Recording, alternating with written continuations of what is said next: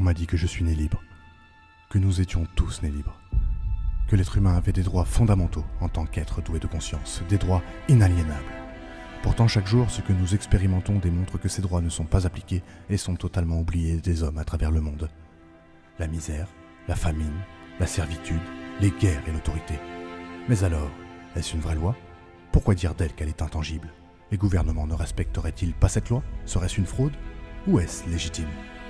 Eh bien non. Aucune de ces réponses n'est la vraie réponse. Il y en a une autre, qui, sans que tu le saches, vibre en toi, car ta vie fut façonnée depuis ta naissance à ne pas te poser cette question et à ne pas en rechercher la réponse. C'est toi mon frère, qui consent à renoncer à ses droits. C'est toi qui autorise l'autorité à en avoir sur toi, en acceptant de représenter une fiction juridique sans âme que l'on t'a dit être toi, mais qui en fait appartient à l'État, et qui a été fabriqué à partir d'un bout de papier censé prouver ta naissance. Un être, quel qu'il soit, n'a pas à la prouver car il l'est par essence. Ce papier est une action boursière, la garantie d'une dette régie par les lois du commerce, des lois où le temps n'existe que dans les affaires, des lois où nous sommes des navires sans drapeau, où nos enfants sont des marchandises égarées en mer. Nous sommes pour eux des animaux, se déplaçant à quatre pattes, ils nous regardent aboyer dans leur cour. Aujourd'hui, des hommes n'ont plus peur. Ils ont compris que la puissance de leur maître était en fait la leur, et que s'ils récupéraient leur pouvoir, alors il n'y en aurait plus assez pour qu'ils soient usurpés par qui ou quoi que ce soit.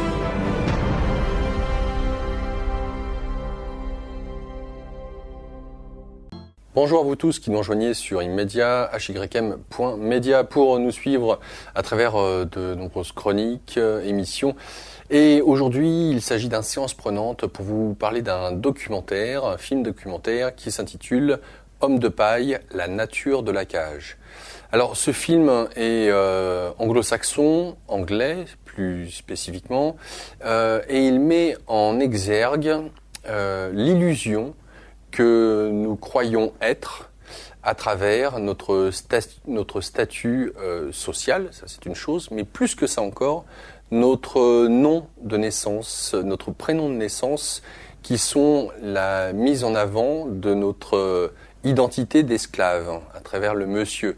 Bref, l'entité civile qui nous caractérise serait en fait la plaque d'immatriculation qui caractérise l'esclave que nous sommes aux yeux de la société. Et c'est bien ce qui est traduit à travers ce film, ce documentaire. Alors, ce qui pourrait être dommage dans ce documentaire, c'est que toute la construction de ce film est basée sur les lois qui régissent le Royaume-Uni, donc anglaise, avec un petit peu les lois américaines, mais très très brefement, en tout cas entreaperçu. Rien concernant les lois françaises, mais il y aurait énormément de ponts à faire entre justement toute la législation française et la législation anglaise, et de voir les nombreux points communs qu'il peut y avoir, et tous les... Enfin, vous avez entendu certainement cette phrase qui dit que nul n'est censé ignorer la loi.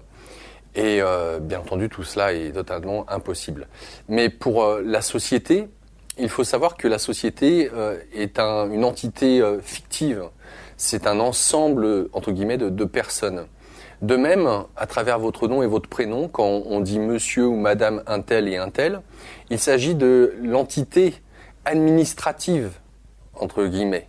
Il ne s'agit pas, j'allais dire, de ce que vous êtes en essence. Cela est purement administratif. Votre civilité ne repose, avec votre monsieur, madame, un tel et un tel, que sur l'illusion d'une entité, au même titre qu'une société n'existe pas en tant que telle. C'est une construction, entre guillemets, juridique, administrative, et il en est de même dès le moment où, lors de votre naissance, vos parents ont été à la mairie pour déclarer votre naissance. Et le fait de poser ou d'apposer sur un papier le nom et le prénom de l'enfant, eh bien, fait en sorte que vous êtes, entre guillemets, comme une entreprise. Ce morceau de papier d'état civil vous caractérise en tant qu'entité administrative. Mais vous n'existez pas, entre guillemets, en tant que personne, et encore quand je dis personne, une personne c'est personne, vous n'existez pas en tant qu'être. Votre civilité, vous pouvez très bien exister en tant qu'être civil, d'un point de vue juridique, mais c'est comme une entreprise. Vous n'existez pas en tant qu'individu, en tant que personnalité physique.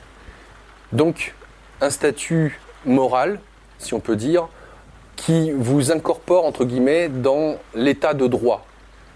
Et tout le documentaire met en exergue et en relief la manière dont on peut se défendre aux yeux de la justice, de la police, par rapport au fait d'être, par exemple, éjecté de chez soi par un huissier de justice, lorsque vous êtes arrêté, par rapport aux forces de l'ordre, qui elles-mêmes, sans qu'elles en aient conscience, lorsqu'elles vous abordent dans la rue pour vous demander vos papiers d'identité, stipulent certaines phrases qu'ils ont appris à l'école et qui s'adressent à l'entité juridique que vous êtes censé représenter. Mais dès le moment où vous ne vous adresserez pas à eux en déclarant votre identité juridique, vous n'existez pas, entre guillemets, et ils ne peuvent rien contre vous. Alors, en fait, ce documentaire est une mine d'informations pour déjà prendre conscience que l'on est des esclaves, au cas où vous ne le sauriez pas encore, qui s'imaginent exister avec un nom, un prénom, etc., une date de naissance, qui est en fait juste le numéro d'immatriculation de votre numéro d'esclave. C'est tout ce que ça représente. D'ailleurs, nos aïeux, je fais une apartie qui n'a rien à voir avec le film documentaire, mais nos aïeux, quand ils se présentaient de tribu à tribu ou autre, vous donniez votre prénom, fils de un tel, eux-mêmes fils de un tel. Il n'y avait pas de nom de famille. Le nom a été inventé dans ce sens-là, pour nominer l'esclave. Et donc, tout le film documentaire s'appuie sur les lois anglo-saxonnes, anglaises plus spécifiquement, comment ces dernières nous représentent en tant qu'esclaves et comment on peut contourner, ou en tout cas avoir conscience de la loi. Il serait très intéressant que parmi vous, j'ai cru voir ça sur Internet, il y en a qui, s'appuyant sur ce documentaire, fassent le parallèle avec la législation française et de voir comment on peut déjouer nos dettes, les huissiers, la police, etc., en ayant conscience de ce que ça implique. Que finalement, quand la police s'adresse à vous, quand un huissier s'adresse à vous, quand un juge s'adresse à vous, à qui parle-t-il réellement ? Quels sont vos, entre guillemets, vos droits dans le cadre législatif, mais aussi par rapport à l'être humain que vous êtes, en dehors de l'image de l'entité juridique qu'elle représente pour la société. Et la loi fait bien la distinction entre l'être que vous êtes et l'entité juridique que, entre guillemets, pour laquelle vous vous prenez, ou la plupart d'entre nous se prenons à longueur de journée. Et vous verrez peut-être les manières de contourner, ou en tout cas pas contourner la loi, mais en tout cas de la comprendre, et de voir ses implications, et de pouvoir peut-être mieux protester, s'il en est. Voilà, donc un film à voir, il dure 2 heures, il est assez long, il peut être assez lourd, dans le sens où, encore une fois, c'est en rapport avec la législation anglaise, mais très important parce qu'il y a des principes fondamentaux qui se retrouvent par rapport à la situation en France, et de surcroît par rapport à tous ceux qui regarderont ce film documentaire disponible gratuitement. Il est en dessous sur la page d'Immédiat, dans l'article qui lui est consacré. Donc tous ceux qui sont assez férus de ce genre de choses, d'aller fouiller dans la législation française et de voir ce qu'il en est pour nous, et de le faire partager au plus grand nombre, bien entendu, via en me contactant, je serais ravi, et puis de décortiquer ça ensemble. Voilà, en vous souhaitant un bon visionnage, à bientôt.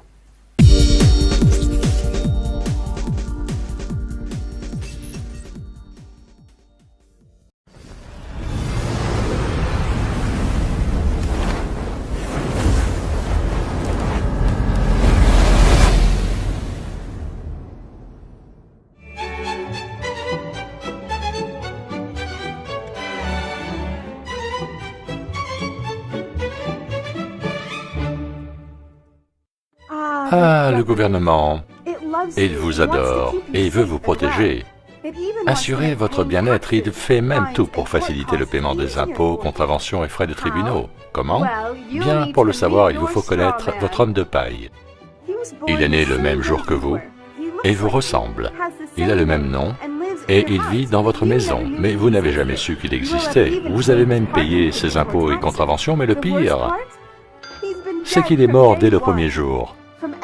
De chaque certificat de naissance émerge une personne juridique, ou plutôt une fiction juridique, qui a le même nom, pour vous amener à croire qu'il s'agit de vous. Donc, il y a un vous, humain, et un vous, papier, plus communément appelé un homme de paille.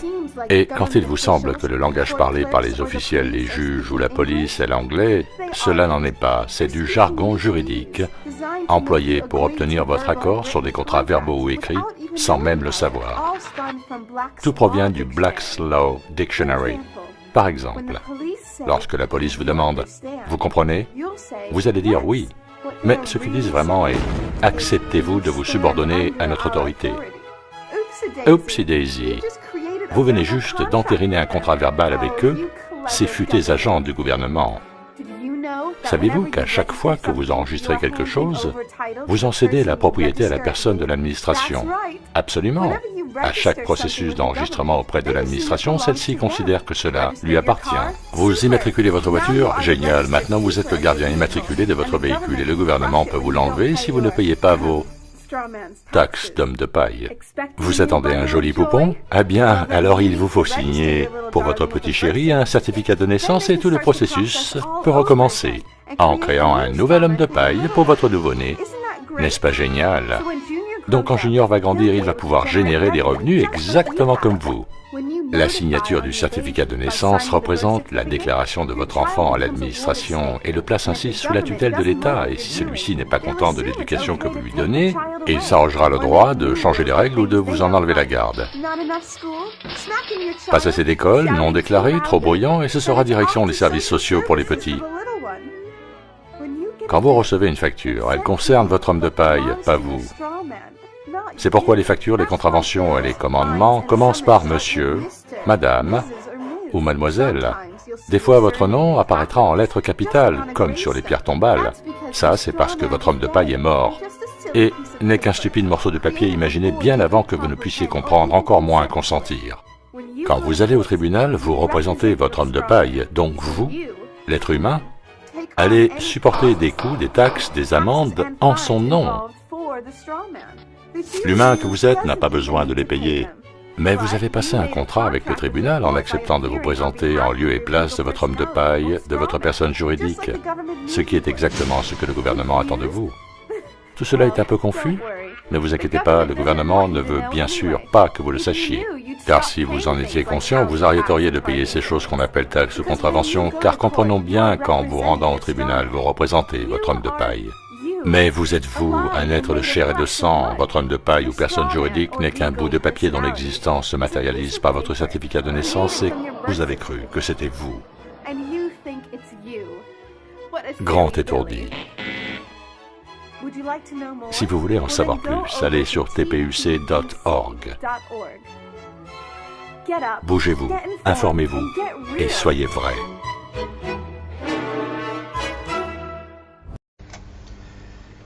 Bonsoir.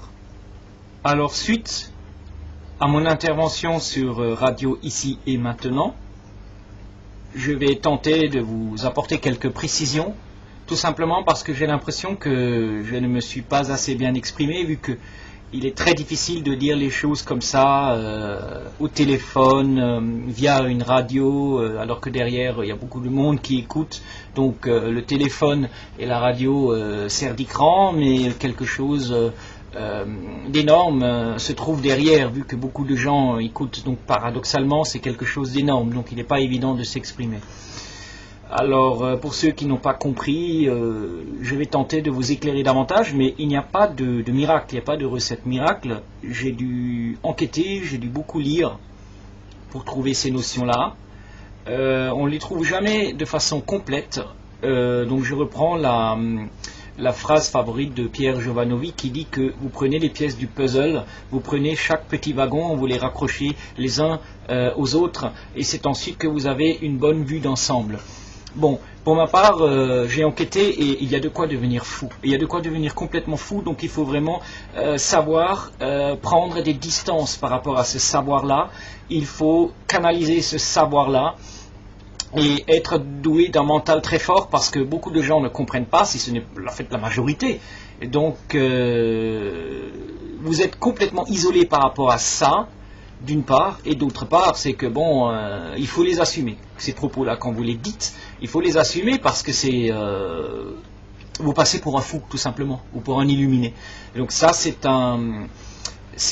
comment dire, c'est quelque chose qu'il faut endosser, c'est quelque chose qu'il faut être capable de porter et qu'il faut assumer.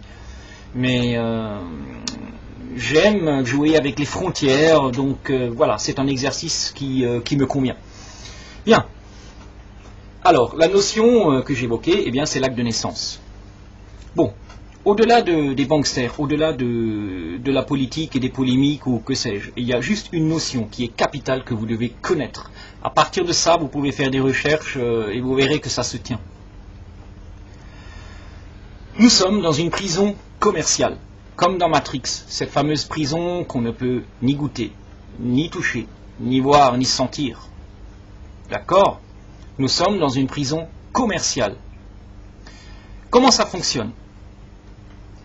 Il y a deux notions importantes à intégrer. C'est très important. Je n'insisterai jamais assez là-dessus. Il y a la notion de l'être humain qui est souverain, et cet être humain ne peut être jugé par d'autres humains, puisqu'il est la création du grand architecte. Il n'y a que le grand architecte, le processus universel, qui peut juger l'être humain. Par contre, les humains peuvent créer aussi à travers leurs inventions. Et ils ont inventé l'acte de naissance, affilié à un numéro de sécurité sociale. Donc, l'acte de naissance que vous portez est votre prison. Je vais vous dire pourquoi. Parce que à chaque fois que vous achetez quelque chose, une propriété, si vous ouvrez un compte bancaire, lorsque vous vous mariez, lorsque vous achetez une voiture ou quoi que ce soit, tout ce que vous signez et achetez à votre nom, eh bien, vous le perdez. Vous le perdez au moment même où vous croyez l'acquérir, parce que justement, vous le signez à votre nom. Il est très important de comprendre que l'acte de naissance appartient au gouvernement. C'est la propriété du gouvernement. Donc, quand vous signez quelque chose à votre nom, eh bien, vous le perdez. Vous n'avez que le droit équitable. D'accord ? Pardon, le droit équitable, excusez-moi. Vous n'avez que le droit équitable. Mais vous n'avez pas le droit à la possession. Vous êtes propriétaire, mais pas possédant. Pourquoi ? Parce que le nom qui figure sur l'acte de propriété que j'ai ici, voilà, alors j'ai enquêté, je suis allé voir mon notaire. Lui, il a carrément pété une pile. Donc c'est la preuve que j'ai mis le doigt sur quelque chose de sensible. Je suis allé le voir avec ici mon dossier, l'acte de propriété de mon appartement locatif. Je vais d'ailleurs le revendre parce que c'est pas la peine. Il y a marqué dessus mon nom en majuscule et mon prénom en majuscule. C'est comme ça qu'ils identifient le propriétaire. Et ce nom et ce prénom qui se trouvent sur cet acte de propriété se trouvent où ? Eh bien, il se trouve inscrit sur l'acte de naissance original possédé par l'État. Et c'est ça, il faut différencier l'être humain intègre et mon âme, que je suis vraiment, et mon nom, qui est la propriété du gouvernement, qui est la personne juridique. On ne peut pas saisir et juger un être humain. Par contre, on peut saisir une raison sociale, on peut saisir une personne juridique, parce que c'est une corporation, une entreprise, associée à un numéro de sécurité sociale. Donc ce qui est très grave, c'est que quand vous achetez une propriété, non seulement vous n'êtes pas possédant, mais en plus, ça va être utilisé comme collatéral par rapport au paiement de la dette qui ne cesse de s'alourdir. Et dans ce livre qu'il faut acheter absolument, c'est bien expliqué, qui s'appelle Bankster, Alors, je vais rechercher dans mes liens et je vais à nouveau, parce que j'ai déjà fait la publicité pour ce livre, je vais mettre à nouveau le lien sous cette présente vidéo, mais peut-être un peu plus tard parce qu'il me faut rechercher dans tous mes, dans tout mon listing là, dans tous mes listings, donc c'est pas toujours évident à trouver tout de suite. Donc voilà, c'est écrit dans Bankster, c'est bien expliqué comment est créée la monnaie fiduciaire, comment on nous entube avec l'acte de naissance, en nous faisant croire que c'est nous, alors qu'en fait c'est la propriété de l'État. Et voilà, donc ça c'est la notion la plus importante à connaître. Ensuite, par rapport à mon, mon notaire, mon appartement, je suis allé voir mon notaire, je lui ai demandé, écoutez, excusez-moi, il y a une couille là-dedans, je ne suis pas propriétaire, j'ai pas tous les droits sur cet appartement, j'ai le droit de le revendre, j'ai le droit de le refaire à l'intérieur à mon goût, j'ai le droit de le louer, j'ai le droit d'y vivre et d'y faire à peu près ce que je veux, d'accord. Mais je ne suis pas possédant parce qu'il y a mon nom dessus. Et moi, ce qui me pose problème, c'est que le gouvernement est propriétaire de mon acte de naissance. Je ne sais pas si vous essayez de comprendre ça. Je ne peux pas vous en dire plus. Différencier l'être humain de la raison sociale. Différencier l'être humain de la personne juridique. L'être humain a les droits innés. Quand les politiques, moi ça me fait bondir quand les politiques me disent, ou nous disent, vous avez des droits mais vous avez aussi des devoirs. Non, nos droits ne nous viennent pas des hommes corrompus. Ils ne nous viennent pas des gouvernements corrompus. Les droits nous viennent de façon innée de l'univers, de la création, du grand architecte. D'accord? Et donc les devoirs qu'ils aillent se faire foutre. Eh bien les devoirs, nous en avons par rapport au contrat que nous signons. Quand nous signons, c'est interprété comme un contrat avec les banksters et l'État. Et donc quand vous signez quelque chose à votre nom, vous le perdez, vous le transférez à la couronne, puisque l'État, la couronne, est propriétaire de votre acte de naissance. Alors essayez d'obtenir votre acte de naissance. Alors on vous dira, vous pouvez avoir autant de copies que vous voulez, mais vous ne pouvez pas acquérir l'original, et donc vous ne pouvez pas le sécuriser. Demandez-vous pourquoi. Ceci sert à vous maintenir en esclavage. Tout ce que vous croyez avoir est adossé à ce nom, et donc est sous contrôle du gouvernement et appartient vraiment au gouvernement. Par contre, par exemple, quand vous achetez, je ne sais pas moi, des pièces d'or, des pièces d'argent, en anonyme par exemple, avec du liquide où il n'y a aucune trace, là c'est l'être humain qui achète. Parce que là on ne peut pas vous le saisir, c'est pas sous contrôle. Comprenez-vous la subtilité entre la personne juridique et l'être humain? Voilà, c'est à peu près tout ce que j'ai à dire. Je crois qu'il faut prendre du recul par rapport à ça. Donc moi je vous invite à lire Bankster. Je vous invite à questionner aussi votre notaire. Vous allez voir qu'il va péter une pile parce que le mien il a commencé à rougir. Hein. Il est devenu tout rouge direct et il a commencé à tenter de contourner avec tout un jargon professionnel cette question de l'acte de naissance. D'accord? Et il est devenu tellement fébrile et nerveux qu'il en a perdu la boule et il m'a viré au bout de 10 minutes. Il m'a pris par le bras, il a dit bon nous avons fini et il m'a mis dehors. Donc c'est dire que j'ai touché un nerf sensible mais il ne veut pas le dire parce qu'il a un privilège avec sa profession en 2 francs. Pour ça il ne veut surtout pas le dire. Cette arnaque le fait vivre. C'est tout. Voilà. Donc moi je vais me débarrasser de ça et une voiture à mon nom, bon, je m'en fous.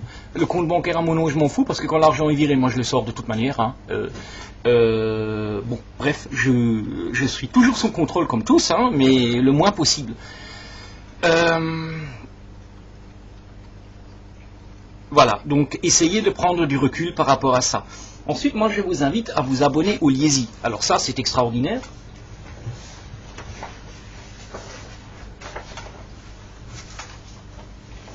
Voilà.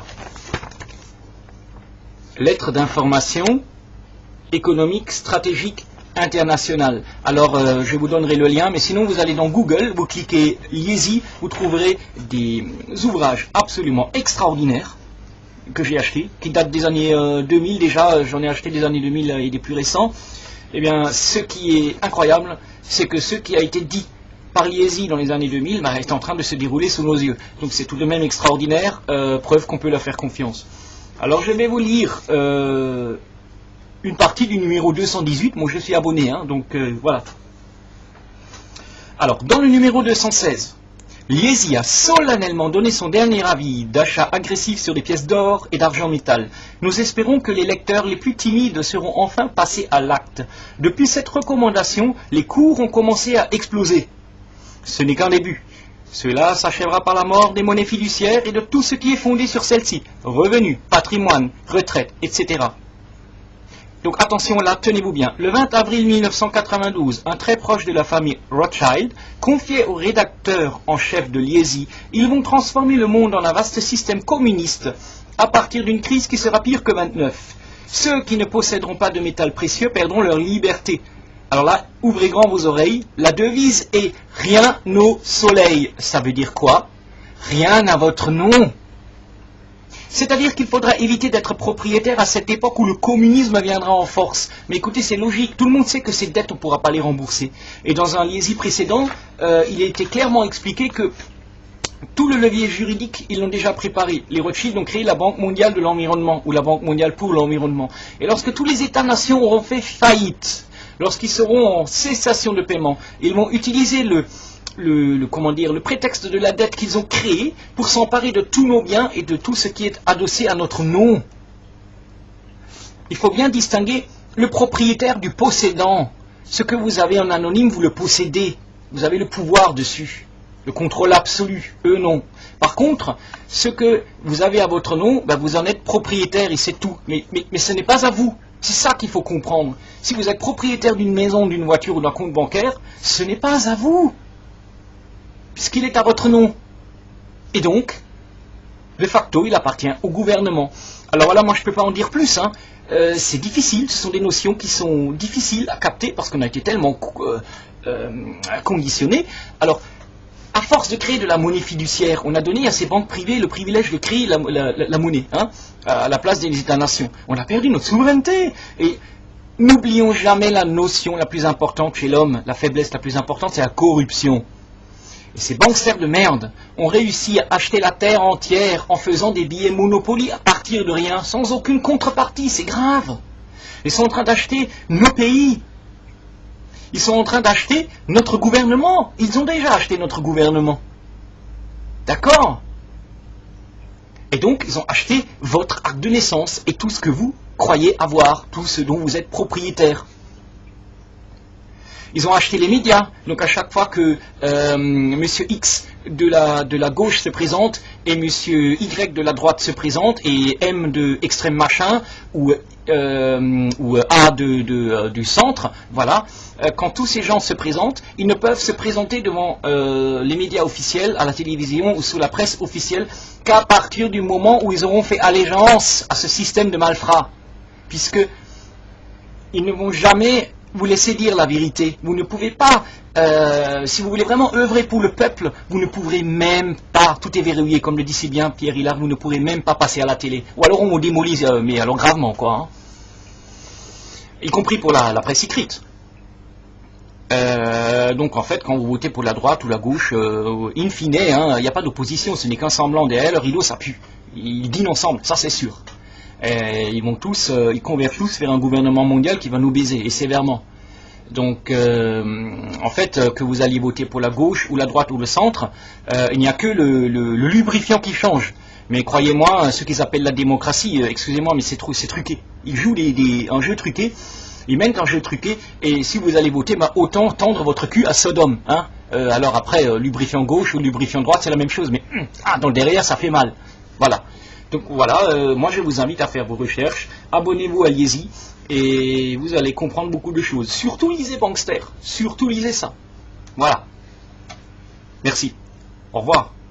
2009 peut être l'année de naissance d'un nouveau capitalisme, d'un nouvel ordre mondial. Et j'en appelle à tous les gouvernements. Aucun d'entre nous n'en sortira en faisant sa propre politique dans son coin, isolé de ce que font les autres. On ira ensemble vers ce nouvel ordre mondial. Et personne, je dis bien personne, ne pourra s'y opposer. Car à travers le monde, les forces au service du changement sont considérablement plus fortes que les conservatismes et les immobilismes.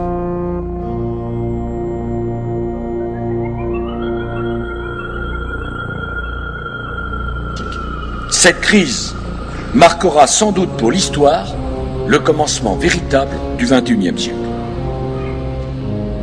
Le moment où tout le monde aura compris qu'il était temps de changer, temps de donner un nouveau visage à la mondialisation, temps de construire un nouvel ordre mondial, politique, économique, social, assis sur de nouveaux principes et de nouvelles règles. Le sommet mondial pour refonder le capitalisme, c'est l'Europe qui l'a proposé. Le nouvel ordre mondial, c'est autour des propositions de l'Europe qu'il se construira. Plus que jamais, l'Europe prend conscience qu'elle a besoin d'un véritable gouvernement économique, dont elle vient d'expérimenter ce qu'il pourrait être et l'utilité qu'il pourrait avoir. Ce gouvernement économique, c'est tout naturellement l'Eurogroupe qui doit en être le cadre. On arrive ce qui sera la meilleure antidote à la dangereuse tentation du protectionnisme, de l'anticapitalisme, du dirigisme bureaucratique que les désordres actuels vont immanquablement nourrir. Et le doute grandira si les Français ont le sentiment qu'on leur cache quelque chose. C'est la première fois que je m'exprime au nom de la France à cette tribune. Il s'agit pour moi d'un instant solennel, d'un instant émouvant. C'est un véritable New Deal à l'échelle planétaire qui est nécessaire. Un New Deal écologique et économique. Au nom de la France, j'appelle tous les États à se réunir pour fonder le nouvel ordre mondial du XXIe siècle sur cette idée forte que les biens communs de l'humanité doivent être placés sous la responsabilité de l'humanité tout entière.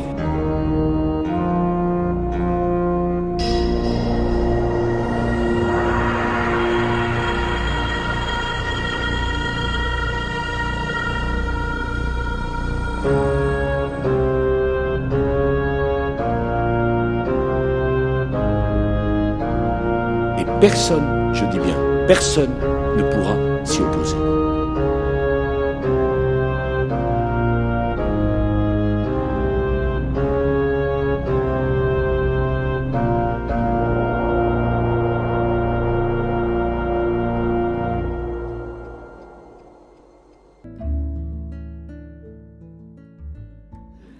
Bonjour. Bonjour, bonjour. Oui, ça fait 7 ans. Oui, déjà 7 ans que je suis sortie de prison et que j'ai bientôt, ça fera 7 ans le 31 juillet, que j'ai vécu, si vous voulez, la mort citoyenne. Alors, je vais partager avec vous ces moments et je vais...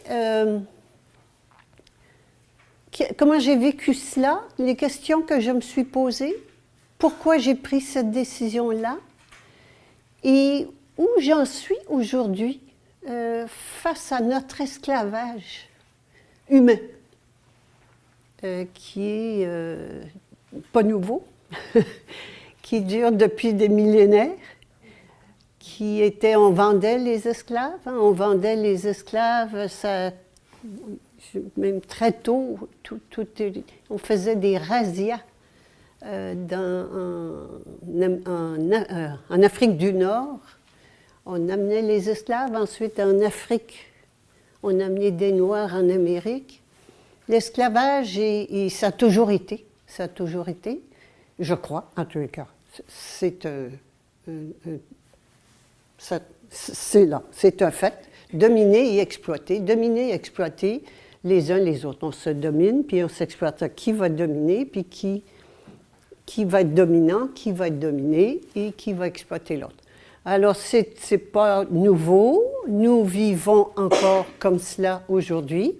Quelle différence y a-t-il aujourd'hui? C'est que les esclaves n'ont plus de chaînes. Alors, comme ils n'ont plus de chaînes, ça fait plus ding-ding quand on marche et on se croit libre. Alors que nous sommes tout à fait esclaves et plus que jamais.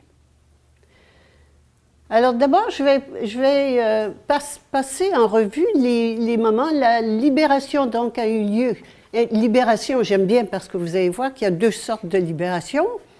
Les esclaves étaient toujours libérés par leur maître. Un bon esclave était libéré par son maître. Mais tant que c'est mon maître qui me libère, je suis un esclave. Alors que le processus que j'ai fait, c'est un processus d'auto-libération.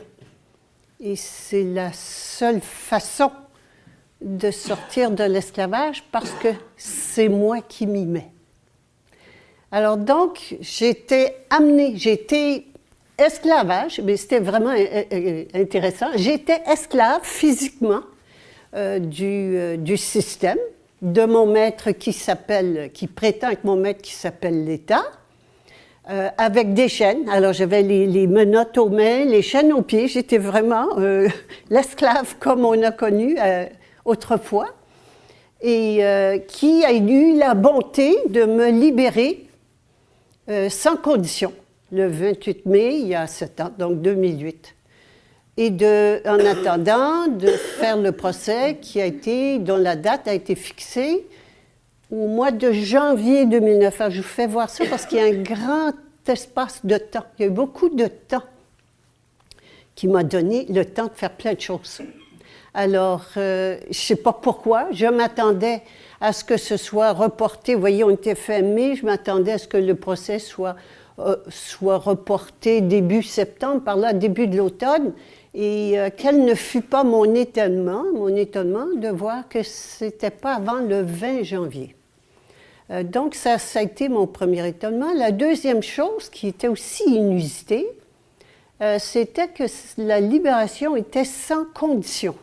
Alors, c'était un bon juge, magnanime, et je lui ai demandé de me libérer sans condition, parce que s'il y a des conditions, il faut que je signe, comme quoi j'accepte les conditions, et si je ne signe pas, je repars en prison, comme ça a été le cas la première fois, c'est que j'avais refusé d'endosser.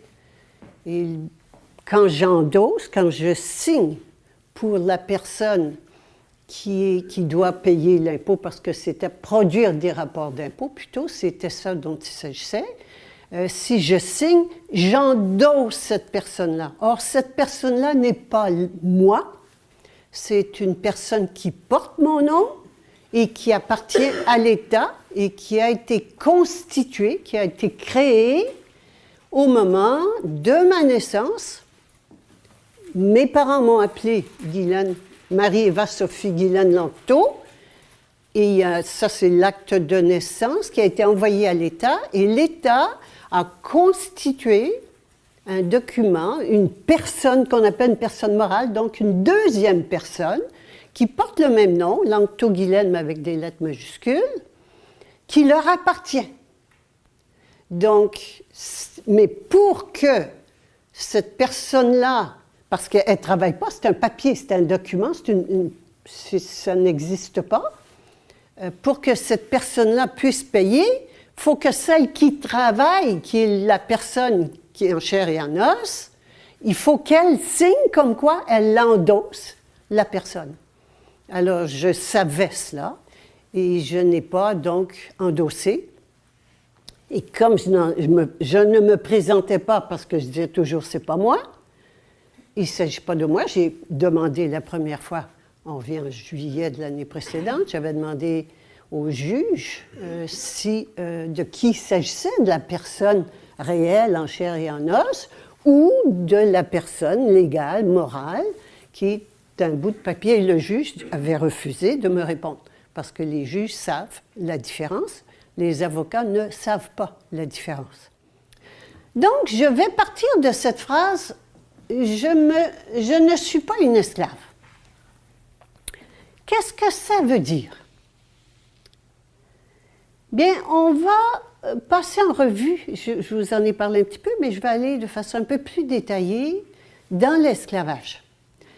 L'être humain est ignorant et inconscient, les deux, de son identité. Et donc, il est un esclave, comme je vous ai expliqué tout à l'heure, il pense qu'il est libre et qu'il vit dans un pays libre. Il n'est ni un ni l'autre. Et un citoyen, par définition, c'est un esclave. Qu'est-ce que c'est qu'un esclave? Un esclave, c'est quelqu'un qui appartient à un maître, à un propriétaire. Un propriétaire, qu'est-ce que c'est que la propriété? La propriété est un droit. Et là, je vous donne des définitions de dictionnaire. Hein? La propriété est un droit exclusif. Exclusif d'utiliser, de contrôler, de gérer et de se débarrasser de sa propriété. Eh bien, voilà comment on fait, comment le maître fait avec son esclave. Et donc, on respecte qu'on se fait maltraiter. Bien non, c'est cela. Et donc, il y a un gars qui dernièrement faisait, j'ai vu une vidéo, puis lui, il disait « Who owns you makes the law ». Celui qui te possède, à qui tu appartiens, fait la loi. Donc la loi, parce que quand on remonte, mais qui fait la loi? Celui qui fait la loi, c'est celui qui m'appartient, auquel je dois obéir.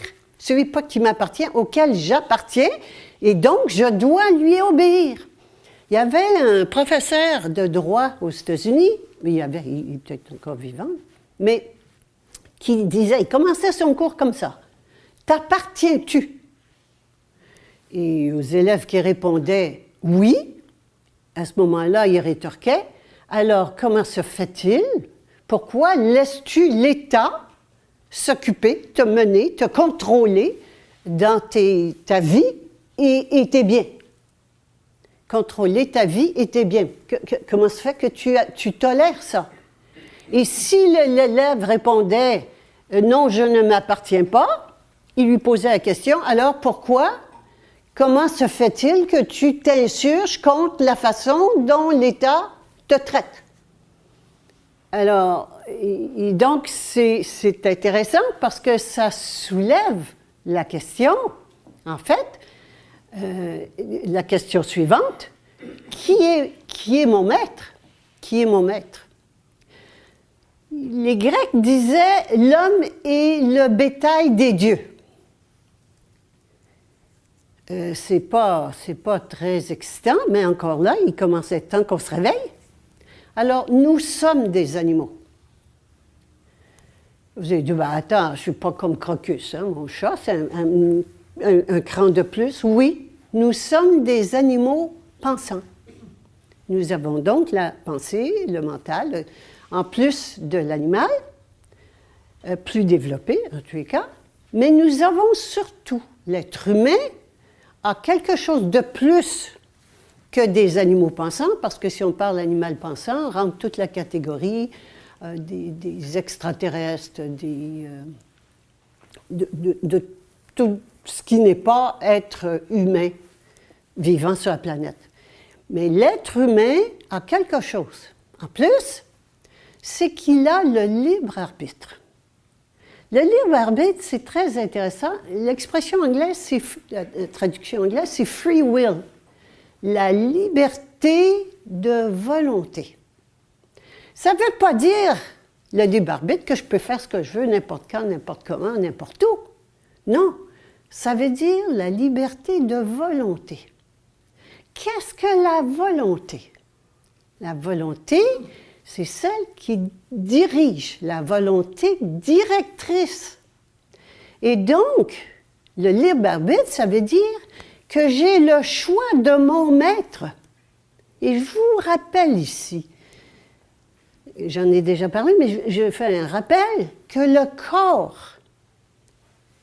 corps est parfaitement obéissant.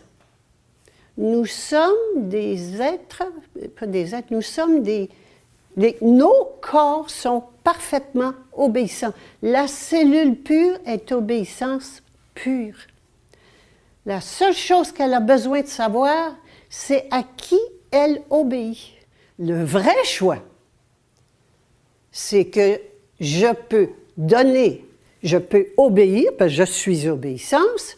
Je peux obéir à un maître extérieur ou je peux obéir à un maître intérieur. Voilà le sens de ce que c'est que le libre arbitre. Il faut donc, vous là, mettez-vous dans la peau des dirigeants, soit religieux, soit étatiques, et ils se tiennent bien les coudes l'un avec l'autre. Il ne faut surtout pas que le mouton, l'esclave, prenne conscience ou décide d'obéir à un maître intérieur qui est son âme souveraine. Et à ce moment-là, il obéit à quoi? À la voix de son âme, à sa conscience. Alors, voyez-vous le dilemme qu'on vit et avec lequel, dont on a parlé tout à l'heure, est-ce que j'obéis à ma conscience ou j'obéis aux lois? Mais la question, en fait, c'est est-ce que j'obéis à l'extérieur ou j'obéis à l'intérieur? Et c'est ceux qui se mettent à obéir à l'intérieur, ils envoient en prison parce que c'est pas tolérable. Et si on se met à obéir à l'intérieur, à notre âme, eh bien c'est fini, c'en est fini de l'État, c'en est fini des religions aujourd'hui. Nous vivons un moment exceptionnel qui consiste, en tant qu'humanité, au passage du gouvernement de l'intelligence, donc gouvernement extérieur, au gouvernement de la conscience, qui est le gouvernement intérieur. Parce que ce qu'on vit en tant qu'individu se manifeste au niveau de la société. Nous sommes en pleine, nous sommes en plein apocalypse. Le mot apocalypse veut dire mise à nu, dévoilement. C'est comme si vous avez une statue, hein, une œuvre d'art qui vient d'être faite, qui est vraie, mais elle est recouverte d'un voile parce que il ne faut pas qu'on la voie parce qu'elle n'est pas encore dévoilée. Hein. On fait le dévoilement va avoir lieu telle date. Mais entre-temps, tout ce qu'on a, c'est un voile, une chape par-dessus, et on ne voit pas la réalité. Et le jour du dévoilement, on enlève le voile, et qu'est-ce qui apparaît? La réalité, l'œuvre d'art. Bien, c'est ça qu'on est en train de vivre. Et donc, qu'est-ce qui est en train de... On est en train d'enlever des morceaux de voile du mensonge dans lequel on vit, de l'illusion dans laquelle on vit. Et que plus on en enlève, plus se manifeste la vérité, apparaît la vérité de qui nous sommes. Donc nous sommes en plein dedans.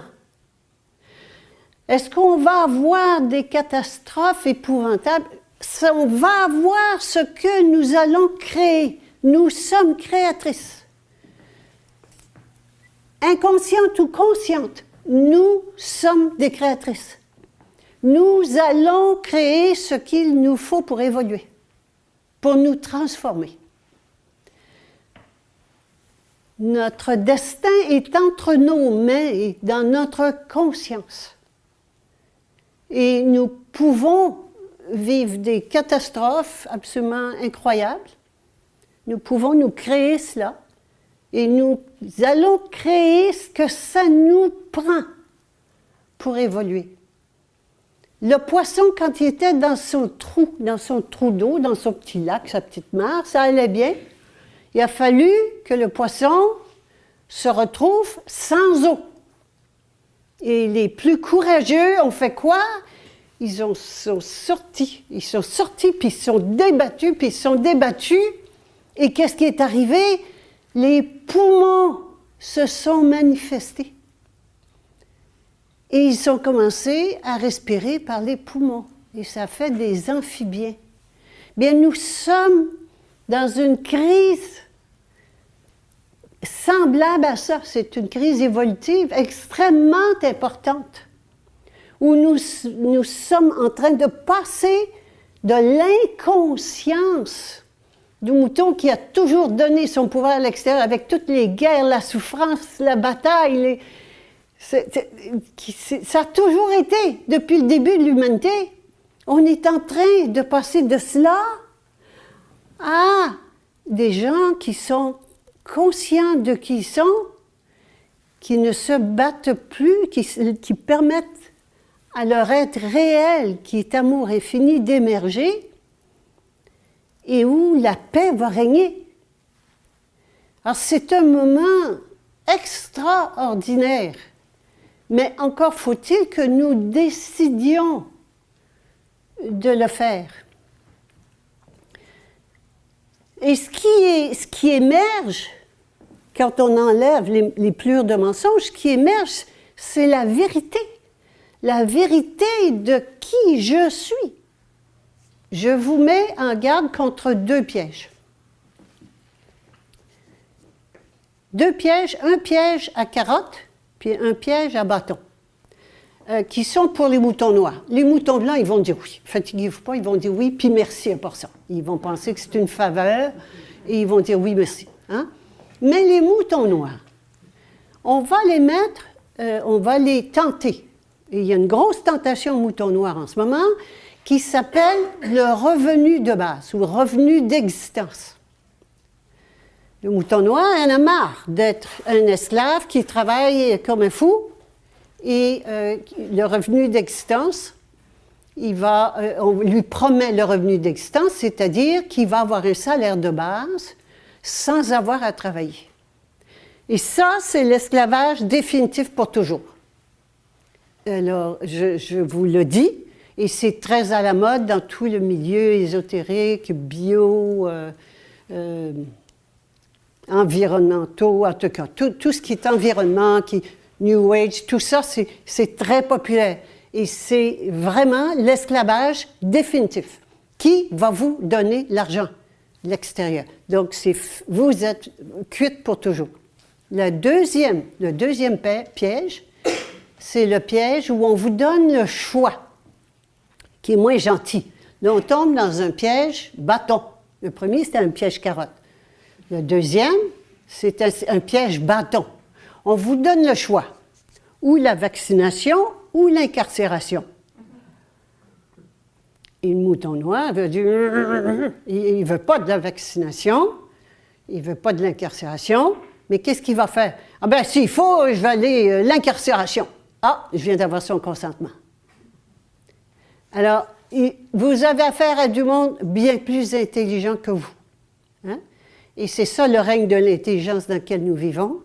N'essayez pas de jouer au malin. Alors, qu'est-ce que c'est la réponse? La réponse souveraine d'un être souverain, c'est non, merci. Je reste poli et je dis non, je ne consens à aucun. Je ne donne pas mon consentement, c'est important. Non, merci. Juste cette petite phrase-là. Souvenez-vous de cela. Souvenez-vous de cela, parce que quand ça va chauffer, ou bien tu as la puce, ou bien tu n'as plus accès à aucun des services de l'État, hein, aucun, ben les gens ils vont même pas, les moutons blancs, ne vont même pas se poser la question. Hein? Moutons noirs vont sentir qu'ils se font avoir quelque part, mais il ne faut surtout pas dire « Ah, OK, d'abord, je vais choisir celui-là. » Non. Quel qu'il soit. C'est non. Et ça, c'est typique des autorités qui vous donnent un choix entre un coup de pied au derrière ou une gifle en plein visage. Ni l'un, ni l'autre, merci. La façon dont ils vont présenter ça, souvent, c'est ou bien on hausse les impôts ou on réduit les services. Non, aucun des deux, merci. Hein? Puis ils finissent toujours par faire les deux de toute façon. Alors, ça n'est pas anodin. On vit une époque cruciale, où il faut être centré, savoir qui je suis et être centré, plus que jamais. Plus que jamais. Qu'est-ce qui va arriver? il va se